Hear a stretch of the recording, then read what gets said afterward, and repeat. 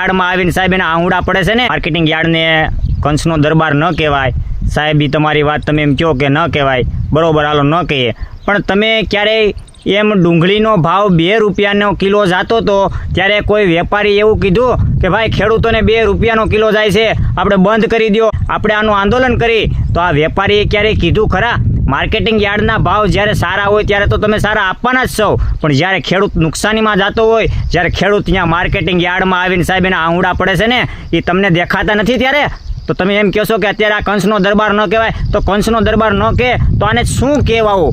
તો તમારે આગળ હાલીને તમે એને 2 રૂપિયાની ડુંગળી જાતી હોય ત્યારે એવું કીધું ખરા કે આ ખેડૂતોને સદંતર ન્યાય નથી મળતો, તો બહાર નીકળે અને તમે ક્યારે તમે આંદોલન એવી માટે કર્યું છે? એવું તમે ખેડૂતોને એટલું બધું પ્રોત્સાહન ક્યારે આપી રહ્યા છો?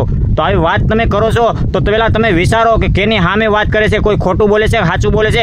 ખેડૂત માટેનો પ્રશ્ન એ લોકો ઉઠાવી રહ્યા છે, કારણ કે જગતનો તાત છે, આ જગતનો તાત હશે તો આ બધાને ખાવા અનાજ મળશે, એ યાદ રાખજો. જય જવાન જય કિસાન. વિડીયો સારો લાગે તો શેર કરજો.